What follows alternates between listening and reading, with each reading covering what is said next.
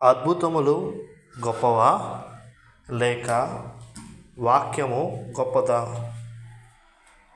ఒకటి, అద్భుతములు ఆగిపోవచ్చు కానీ వాక్యము ఎప్పటికీ నిలిచి ఉంటుంది. మత్తయి సువార్త 24:35. ఆకాశము భూమి గతించును కానీ నా మాటలు ఏమాత్రము గతించవు. 2, అద్భుతములు కళ్ళకు కనబడతాయి, వాక్యము హృదయాన్ని మారుస్తుంది. హెబ్రీయులకు రాసిన పత్రిక 4:12. దేవుని వాక్యము సజీవమై హృదయము యొక్క ఆలోచనలను శోధించుచున్నది.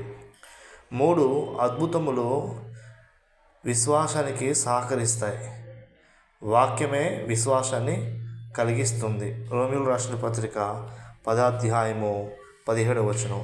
వినుట వలన విశ్వాసము కలుగును, వినుట క్రీస్తును గూర్చిన మాట వలన కలుగును.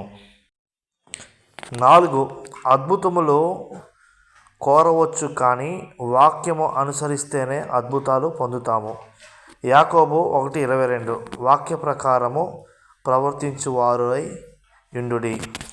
5, అద్భుతములు అవసరాలు తీరుస్తాయి, వాక్యము మనలను గమ్యానికి చేరుస్తుంది. కీర్తన 119:5. నీ వాక్యము నా పాదములకు దీపము, నా త్రోవకు వెలుగై ఉన్నది.